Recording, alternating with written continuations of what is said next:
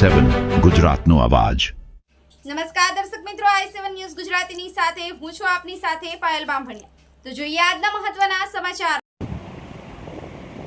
લીમખેડા મુખ્ય મથક પર યુનો દ્વારા ઘોષિત કરેલ વિશ્વ આદિવાસી દિવસની ધામધૂમથી પોતાના પહેરવેશ ભૂષા સાથે ઉજાગર કરવામાં આવી અને ચરપોટ હિરસિંગભાઈ ચોકલાભાઈ વાંસળીના સુરી નાચગાન કરવામાં આવ્યું।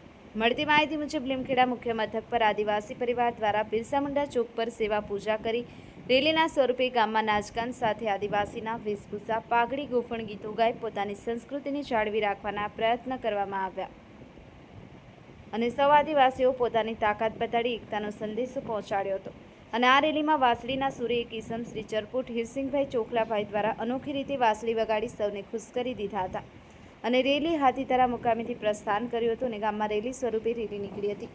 મેહુલભાઈ લીમખેડા, i7 ન્યૂઝ ગુજરાતી, રમેશ સત્યની સાથે।